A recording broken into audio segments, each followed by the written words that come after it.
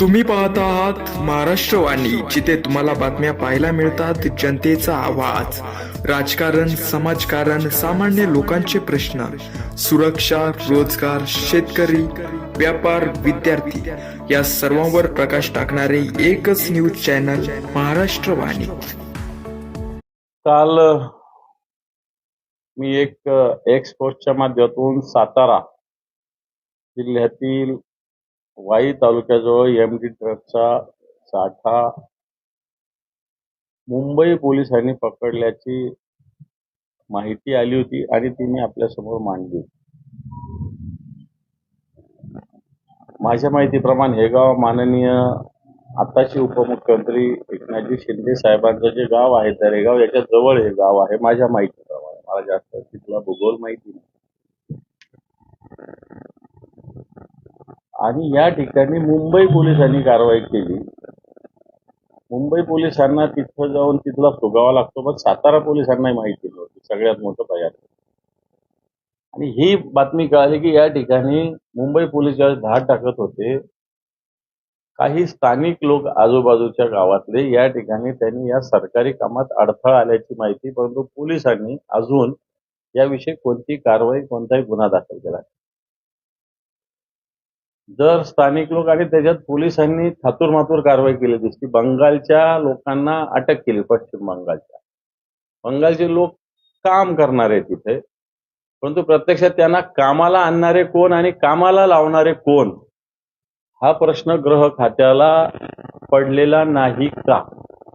Labour आहेत, labour कुठूनही येऊ शकतात, कुठूनही आणले जातं, त्यांना ठेवलं जातं. आमच्याकडे बिहारचे लोक असतील, ते असतात लेबर, तसे पश्चिम बंगालचे लेबर होते. परंतु यांना आणलं कोणी, यांना निमंत्रण कोणी दिलं इथं, यांना कामाला कोणी ठेवलं याच्याविषयी गृह खातं अजूनही दूर आहे असं वाटतं, किंवा कोणाला तरी लपवत आहे असं मला वाटतं. आणि म्हणून या संदर्भात सरकारी कामात अडथळे आणणारे कोण, या बंगालच्या कामगारांना तिथं काम करण्यासाठी बोलवणारे कोण, आणि मुंबईच्या पोलिसांना साताऱ्याकडे जावं लागतं. मग साताऱ्याच्या पोलीस याला जबाबदार नाही का? हा एक प्रश्न मी आपल्या माध्यमातून सरकारला विचारू इच्छितो. गृह खातं माननीय देवेंद्रजींकडे आहे. देवेंद्रजी प्रामाणिकपणे याविषयी काम करतात असं मी म्हणेल. परंतु प्रामाणिकपणे जर काम करत असेल तर मग अशा पद्धतीनं काही लोकांना वाचवण्याचा प्रयत्न आपलं सरकार किंवा आपलं खातं का करतं, हा मला असं वाटतं आपल्या माध्यमातून मी सरकारला प्रश्न विचारतो. अशी माहिती आहे की प्रकाश शिंदे आहे, रेड पडली त्याच्याजवळ हॉटेल आहे, तिथून सध्या हे जे कामगारांना जायचे, प्रकाश शिंदे हा कार्यकर्ता आहे. मी काय प्रकाश शिंदे यांना ओळखत नाही. फक्त माझं याच्यातलं एवढंच म्हणणं आहे की याच्यात सरकारी कामात अडथळा आणणारा कोण आणि बंगालचे लोक कामगार इथं कामाला आणणारी माणसं कोण, आणि पोलीस मुंबई पोलीस कारवाई करत असताना त्यांना थांबवणारी व्यक्ती कोण, याच्यावर गृह विभाग कारवाई करणार का, हा माझा प्रश्न आहे. दादा, पृथ्वीराज चव्हाण आहेत, देशाच्या राजकारणात 19 डिसेंबरला मोठी घडामोड घडणार आहे. प्रधानी बदल चव्हाणांचा दावा आहे आणि इस्रायली शहरांच्या स्टिंग ऑपरेशनमुळे अडचणीची शक्यता आहे. पृथ्वीराज चव्हाण हे ज्येष्ठ आणि मोठे नेते आहेत. त्यांची माहिती पृथ्वीराज चव्हाण काही बोलतील अशातलं नेतृत्व नाही. परंतु एवढं काही होईल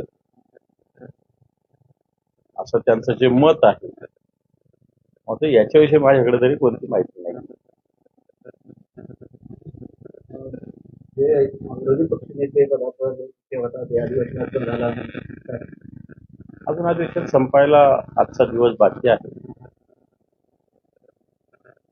आजच्या दिवशी जर संध्याकाळी नाही झालं तर केलं नाही असं आपण समजू. खरं तर या संसदीय प्रणालीमध्ये, लोकशाही प्रणालीमध्ये विरोधी पक्षनेता ही महत्वाची जबाबदारी असते आणि ती मिळाली पाहिजे, ती दिली पाहिजे.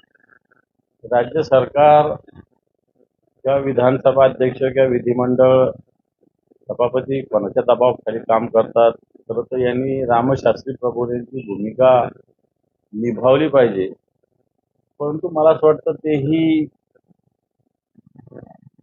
मुख्यमंत्री म्हणा किंवा सरकार म्हणा यांच्या दबावाखाली काम करतं की काय अशा प्रकारची शंका मनात निर्माण होते. मी त्यांचा आदर करतो, दोन्ही पदाचा दोन्ही व्यक्तींचाही आदर करतो. परंतु आत्ताच्या घडीला मला असं वाटतं त्यांच्याही हातात काही राहिलं नाही किंवा ते काही करत नाही अशा प्रकारची स्थिती आहे. परंतु विरोधी पक्षनेते झाले पाहिजे. तर आता अधिवेशनाचा शेवटचा दिवस आहे. राज्याला किंवा खास करून विदर्भ मराठवाड्याच्या अधिवेशनाचं काय झालं? काहीही भेटलेलं नाही. अजून संध्याकाळी मुख्यमंत्री काय काय बोलतात त्याच्याकडे लक्ष द्यावं लागेल. परंतु आतापर्यंतच्या चर्चेतून खरं तर शेतकऱ्यांना काही भेटण्याची अपेक्षा होती सगळ्यात महत्वाचं. विदर्भाच्या विकासाचं जे मराठवाड्याच्या विकासाची तीच रडगाणे आहे. सिंचनाच्या प्रकल्पाला कोणत्याही प्रकारचा निधी पुरवणी मागण्यामध्ये मंजूर झालेला नाही. शेतकऱ्यांचा जो 31,800 कोटीचं पॅकेज जाहीर केलं, 15,000 कोटी रुपयाचीच तरतूद केलेली आहे. याचाच अर्थ अजून उरलेले 16,800 कोटीची गरज आहे. परंतु याची तरतूद कुठे केली? सरकार कर्जबाजारी झालेला आहे. सरकार पूर्णपणे 9.5 लाख कोटींचं कर्ज सरकारच्या डोक्यावर आहे. 81,000 पर मानसी कर्ज या राज्यातल्या व्यक्तीच्या डोक्यावर आहे. तर राज्य सरकार फार काही या अधिवेशनातून करेल असं मुळीच वाटत नाही.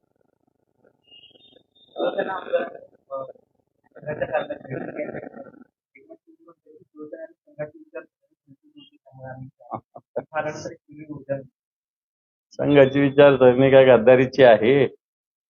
संघाची विचारसरणी काय 50 खोक्याची आहे?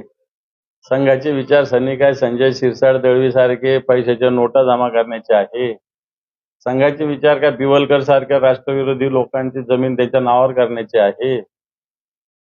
त्याच्यामुळे मला असं वाटतं खरं तर अशा लोकांनी संघ कार्यालयात किंवा संघाच्या मुख्यालयात जाऊन आता हे संघाने सुद्धा म्हटलं पाहिजे की एकनाथ शिंदेची विचारसरणी आमच्यासारखी आहे. खरं सांगायला गेलं तर असं कुठं विचारसरणीचा आणि एकनाथ शिंदेचा कुठंच संबंध येत नाही. त्याच्यामुळे हे म्हणणं हास्यास्पद आहे त्यांना. प्रकाश आंबेडकर आहेत त्या समजले की एकनाथ शिंदेनी आणि शहांना फक्त घातल्याचं दिसतंय. एकनाथ शिंदे पुन्हा मुख्यमंत्री होतील असं वाटतंय. असं वाटत नाही. त्याच्यासाठी कोणताही पक्ष ज्याच्या संख्या 135 आहे आणि ज्याची संख्या 60 आहे तर 135 वाल्याला आता 60ची गरजच नाही ना. मेजॉरिटीला 144 लागतात. जर भाजपाने ठरवलं तर संध्याकाळपर्यंत 144 काय 184 करू शकतात ते स्वतःच्या पक्षाचे. त्यामुळे मला नाही वाटत की अशा पद्धतीनं प्रकाश आंबेडकर साहेब म्हणतात की अमित शहा यांना खिशात एकनाथ शिंदे घालणं कदापि शक्य नाही. अमित शहाच्या खिशामध्ये अशा अनेक एकनाथ शिंदे आहेत. तुमचेच आमदार आहेत कैलास पाटील यांनी काल विधान अधिवेशनात गंभीर प्रश्न उपस्थित केला की राज्यातील विद्यार्थ्यांच्या शालेय शिक्षणावर 1,800 कोटीचा घोटाळा आहे. शालेय पोषण आहारामध्ये निश्चित काही त्रुटी आहेत. टेंडरमध्ये घोटाळा मी काही त्याचा अभ्यास केला नाही. परंतु शालेय पोषण आहार मिळण्यामध्ये निश्चित अनेक त्रुटी आहेत, अनेक अडचणी आहेत, अनेक अव्यवस्थितपणा आहे. जितकं पाहिजे तेवढं अतिशय सिरियसपणे शालेय पोषण आहाराकडे सरकारचं लक्ष नाही. खरं तर याला केंद्राचा निधी मोठ्या प्रमाणावर येतो. परंतु गुत्तेदारांच्या हवाली असा निधी केला जातो आणि गुत्तेदार काय करतात याच्याकडे कोणाचंही लक्ष नाही. खरं तर याच्यामध्ये क्रायटेरिया आहे, काय दिलं पाहिजे, कोणत्या तापमानात कोणत्या दिवसामध्ये काय शालेय पोषण आहार दिला पाहिजे, त्याचं काय कॅलरीज असल्या पाहिजे, कोणत्या वयोगटातल्या विद्यार्थ्यांना किती कॅलरीज दिल्या पाहिजे, याचं कुठेही प्रमाण पाळलं जात नाही. राज्यामध्ये आता महापालिकेच्या निवडणूक होणार आहे. महाविकास आघाडी किंवा तुमची कशी तयारी असणार आहे? तर आता या शहरात तरी भाजपाने शिंदे गटाकडून निवडणूक अर्ज वाटप करण्यात आले. मला वाटतं आमच्या पक्षाची प्रोसेस चालू आहे. आम्ही ऑलरेडी 3 महिन्यापासून हे सगळं वर्कआउट केलेलं आहे आणि येणाऱ्या 2-4 दिवसात सुद्धा हे सगळं वर्कआउट पूर्ण करण्याच्या दिशेने आम्ही जाऊ. यांच्या सगळ्या दिखाऊपणाच्या गोष्टी चालू आहे. शिवसेना दिखाऊपणा न करता बेसिक प्रत्येक प्रभागात जाऊन या पद्धतीनं कामाला शिवसेनेनं ऑलरेडी मागच्या 3 महिन्यापासून सुरुवात केली आणि आमचं याच्यातलं बरंचसं काम फार आम्ही पुढे गेलेलो आहोत. पंतप्रधान आवाज योजनेचे घर बांधण्यात आले शहरामध्ये. या ठिकाणी जे घर टावर उभे राहत आहेत त्या टावरमध्ये 3 बिल्डिंगला महापालिका अधिकाऱ्यांची नावं देण्यात येणार आहेत. संजय, अशोक आणि पावळे. संतोष भाऊ संजय असो, अशोक असो, संतोष असो, यांच्या बापाची प्रॉपर्टी नाही आहे ही प्रॉपर्टी जनतेची नाही. एखाद्या अधिकाऱ्याने काम केलं म्हणजे त्यांनी त्याचं कर्तव्य निभावलेलं आहे. खरं तर अशा या सगळ्या घरकुलाच्या ईडीची चौकशी चालू आहे अजून. याचं अजून सगळं सरकारने ते दडवून ठेवलेलं आहे. याच्यामध्ये बरेच लोक सहभागी आहेत. खरं तर हे कधी व्हायला पाहिजे होतं ना अजून काही झालं नाही. किती घरं द्यायला पाहिजे? 70,000 7,000 थोडेसे होत आहेत. बरोबर आहे ना? आणि त्याला जर कोण अशोकराव ओल आणि संतोष नाव देत असेल तर ते चुकीचं आहे. तिथं राष्ट्रपुरुषांचं नाव दिलं पाहिजे. अशा पद्धतीनं कोणत्याही अधिकाऱ्यांची ही प्रॉपर्टी नाही. अधिकारी काम करणं म्हणजे काय? त्याचा तो कर्तव्य निभावतो. आणि त्याच्यामुळं असे व्यक्तिगत नाव देण्याची प्रथा रूढ करू नये, बिलकुल करू नये.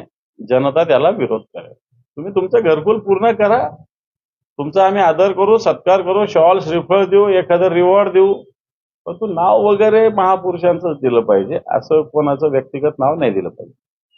म्हणजे त्यांचंच काय आणखी कोणत्या नेत्याचंही द्या म्हटलं तर त्याचंही नाही दिलं पाहिजे असं मी म्हणेन. अधिकाऱ्यांचं काय कोणत्या नेत्याचं सुद्धा देऊ नये. विधानसभा अध्यक्ष राहुल नार्वेकर यांनी महाराष्ट्र विधान परिषदेच्या समृद्ध संसदीय परंपरेचं कौतुक केलंय. नियमांसह मुद्दे आणि प्रश्नांवर आधारित कामकाजामुळे हे सभागृह देशभरात आदर्श मानले जातात असं ते म्हणतात. बरोबर आहे. खूप नियमांचं त्याचं पालन होतंय. विरोधी पक्ष नेता नाही, या अधिवेशनात नाही, मागच्या अधिवेशनापासून संपलेलं आहे.